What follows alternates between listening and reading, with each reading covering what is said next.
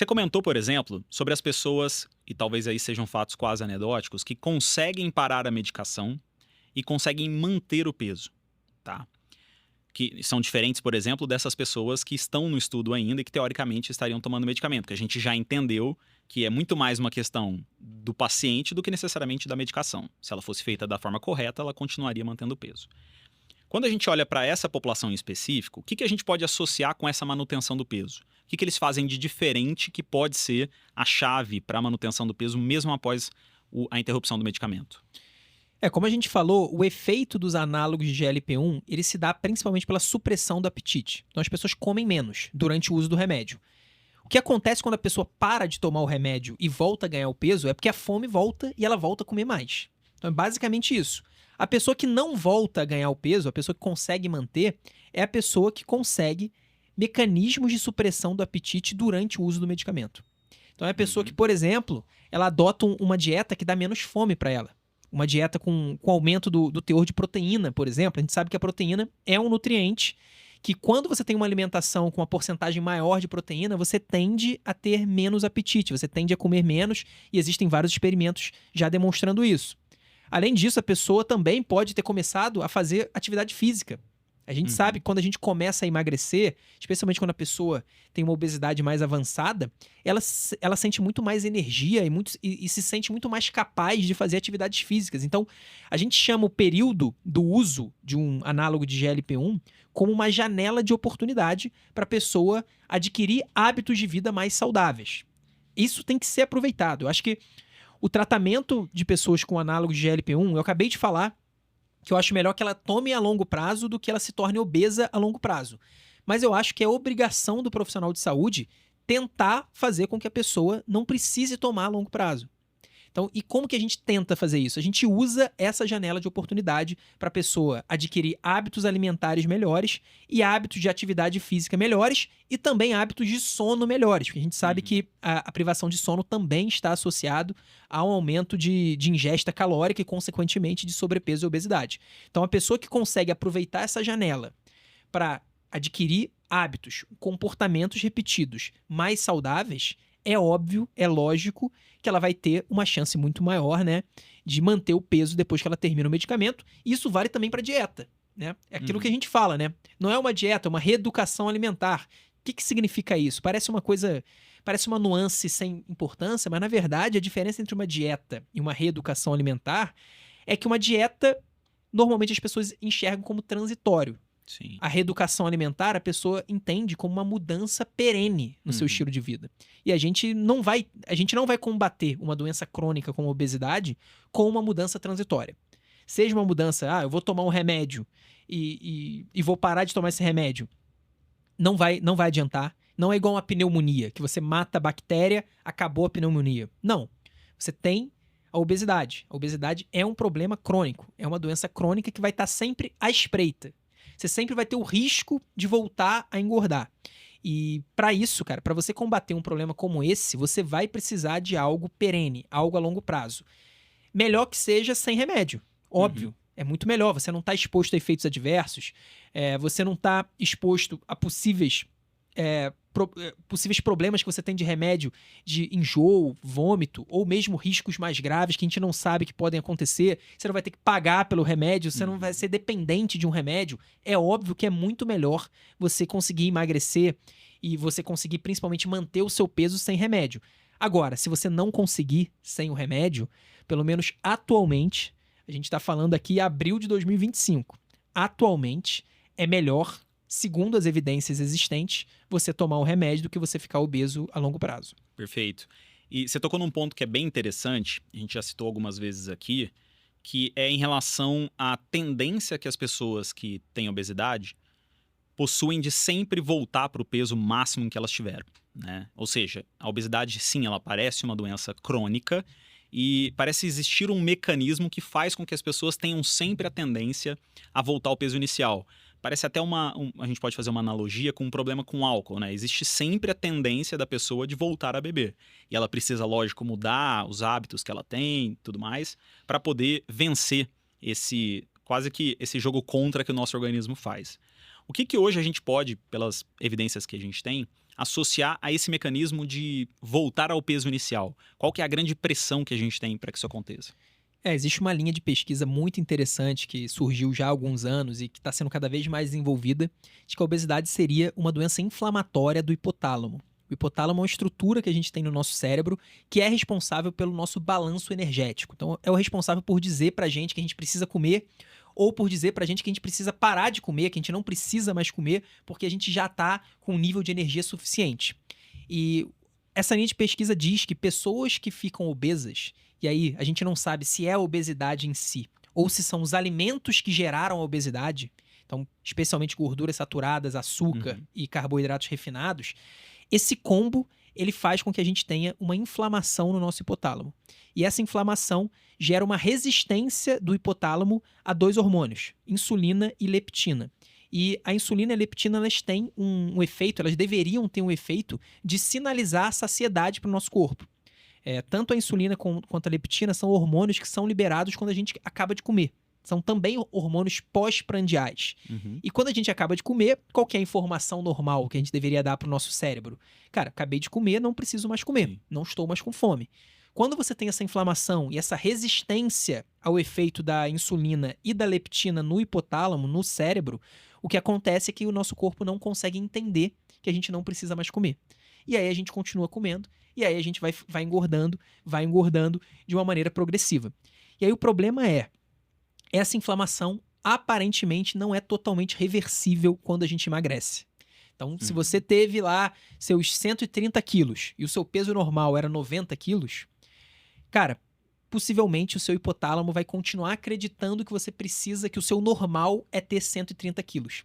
Então, é quase como uma atração gravitacional para o maior peso que você já teve, e isso é possivelmente responsável por essa grande dificuldade que as pessoas têm de se manterem magras. Então, é mais ou menos por aí.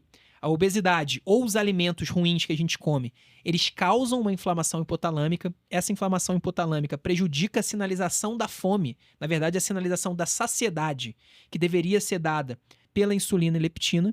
Então, a gente tem isso, e isso gera obesidade. E quando a gente emagrece, essa inflamação pode até melhorar, mas ela não é revertida integralmente. E por isso a gente sempre vai ter que lutar, como você falou, parecido com uma pessoa alcoólatra, que vai ter que sempre lutar contra o alcoolismo, mesmo que ela nunca mais beba na vida. A pessoa pode se afastar para a vida inteira do álcool, mas ela sabe que esse problema está lá. O problema está adormecido, está latente, está controlado, mas ele está lá, e isso realmente é bastante parecido com a questão do sobrepeso e obesidade. E quando a gente fala, por exemplo, do uso das medicações em relação a essa inflamação hipotalâmica, a gente consegue dizer que durante o período do uso do medicamento isso para ou pelo menos é bloqueado, e depois que a gente para de usar o medicamento, a gente consegue curar essa inflamação hipotalâmica ou ela continua? A inflamação hipotalâmica não é revertida. O que acontece é que o remédio consegue bypassar esse problema. A gente falou da resistência da leptina e insulina, mas a gente tem também outros hormônios, como o GLP-1 e o GIP. Os remédios são agonistas de GLP-1 e GIP, então eles têm efeitos análogos a esses hormônios, que são hormônios de saciedade.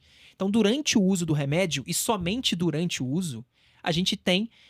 Dá pra gente falar que a gente bloqueia o efeito do problema. A gente bloqueia o efeito do problema, a gente não cura o problema em si, mas a gente bloqueia esse efeito, gerando a saciedade. E o problema é que depois que a gente para o remédio, a gente volta a ter o problema. A gente volta a ter a questão de não conseguir sinalizar a saciedade. E aí a gente tem toda a questão da volta ao peso inicial, ou pelo menos a tendência de voltar ao peso inicial. Agora, eu acho importante, Jorge, quando a gente fala isso, a maioria das pessoas volta a engordar, a maioria das pessoas, seja fazendo dieta ou seja tomando remédio, vai voltar ao peso inicial. Parece que a gente tá até desestimulando, né, cara? Exato. Pô, você não vai conseguir. Mas assim, a maioria das pessoas, por exemplo, não faz atividade física. Sim. A maioria das pessoas que começa a fazer atividade física, para de fazer. A maioria das pessoas que tenta parar de fumar, não consegue. Dieta também. A maioria das pessoas que consegue parar de fumar por um tempo, volta a fumar. Cara, tudo isso é pra dizer que é sempre difícil, né? Nunca é fácil. Mas isso não significa que as pessoas não devam fazer. Pelo contrário, cara. Pelo contrário, as pessoas devem fazer. E a gente deve sempre buscar métodos mais eficientes, mais efetivos para cada pessoa. Então, às vezes, por exemplo, a dieta X não é uma dieta boa para você porque você não gosta dos alimentos daquela dieta. Você tem dificuldade de aderir àquela dieta. Talvez seja melhor a dieta Y. A dieta Y pode até ser menos efetiva, pode ser menos eficaz do que a X. Então, inerentemente, a Y pode ser pior do que a X. Só que se você aderir melhor a Y, cara, para você vai ser mais efetivo a Y e você deve seguir a Y. Então, é importante a gente buscar formas de facilitar esse desafio. Mesma coisa, atividade física. Cara, a maioria das pessoas não começa ou se começar, não continua. Busca alguma atividade física que você consiga fazer, que você goste de verdade. Se você encontrar, todo esse problema ele vai ser resolvido quase que magicamente. Porque você não vai ser mais se sentir obrigado a fazer uma atividade física. Você encontrou algo que você faz com naturalidade. Então, do mesmo jeito, o alcoólatra, cara, também tem dificuldade de abandonar o álcool. É difícil pra caramba, mas ele precisa tentar. Então, eu acho que no tratamento do sobrepeso e obesidade, a primeira linha de tratamento são as modificações de estilo de vida. Elas são fundamentais. Eu acho que as pessoas devem buscar, tentar fazer isso e não tentar de qualquer jeito. Elas têm que tentar de verdade, buscando algo que se encaixe nelas, não buscando a dieta perfeita, que não existe dieta perfeita. Buscando, na verdade, a dieta que melhor se encaixe para elas. Do mesmo jeito, não buscando atividade física perfeita, buscando o tipo de atividade física que se encaixe mais para elas. Tratando também a higiene do sono, melhorando o sono. A gente sabe que isso faz diferença, isso tem efeito. Se não der certo, ou se ela já partir de uma obesidade bastante avançada, faz sentido ela começar os remédios. Análogos de GLP-1 com acompanhamento médico, começa o Ozempic, começa o Mounjaro, ela deve emagrecer. E aproveita essa janela de oportunidade de emagrecimento para adotar essas modificações de estilo de vida. Então, as mudanças de estilo de vida, elas nunca param. Elas nunca param. Inclusive, um dos problemas, né, que esses remédios têm é a perda de massa muscular. A gente sabe que qualquer tipo de emagrecimento gera perda de massa muscular. Só que quando essa perda de peso, esse emagrecimento, ele é rápido, ele acontece de uma maneira mais abrupta, a gente tem um risco maior. Então, se a pessoa toma remédio sem fazer atividade física, sem mexer na dieta, sem priorizar, por exemplo, a proteína, sem comer pelo menos 1,2, 2 gramas por quilo por dia de proteína, a pessoa vai perder bastante massa muscular. E quando ela perde massa muscular, ela está perdendo saúde. A gente sabe que a massa muscular é diretamente ligada à saúde. Quanto mais massa muscular a gente tem, claro que até certo ponto, né? Mas de uma maneira média, quanto mais massa muscular a gente tem, mais saúde a gente tem, mais longevidade a gente tem. Então, tomem cuidado com isso de achar que o remédio é a panaceia. Sim. Que só o remédio vai funcionar. Nem a cirurgia bariátrica é panaceia para pacientes obesos. O paciente tem que aderir também a modificações de estilo de vida, tem que ter estratégias. Claro que no caso da cirurgia bariátrica, isso tem que ser ainda mais intenso, né? Sim. Você precisa de suplementação, várias outras coisas. Mas com os remédios, a pessoa precisa ter um bom acompanhamento, ela precisa ter uma boa dieta, ela precisa fazer atividade física, ela precisa cuidar do sono, ela precisa aproveitar essa janela de oportunidade para que ela possa, quem sabe, parar de tomar o remédio. Então, não consegui de novo, fiz tudo certo, não tô conseguindo, cara, continua o remédio, depois você tenta.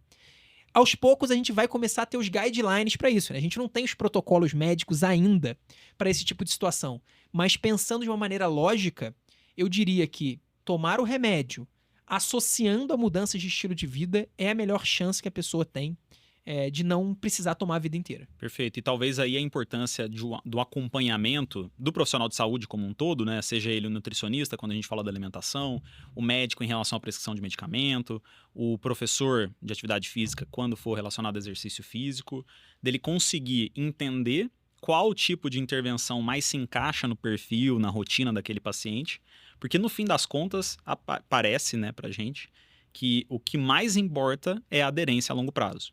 Porque os efeitos em si, eles não acontecem no uso pontual de uma medicação ou no uso, na prática usual, pontual, de um exercício físico ou até mesmo nem numa dieta que você segue durante uma semana. O que importa é se você consegue fazer isso durante o maior tempo possível, da forma mais parecida com aquela que foi prescrita, né? Essa é a importância do acompanhamento do profissional de saúde nesse processo como um todo.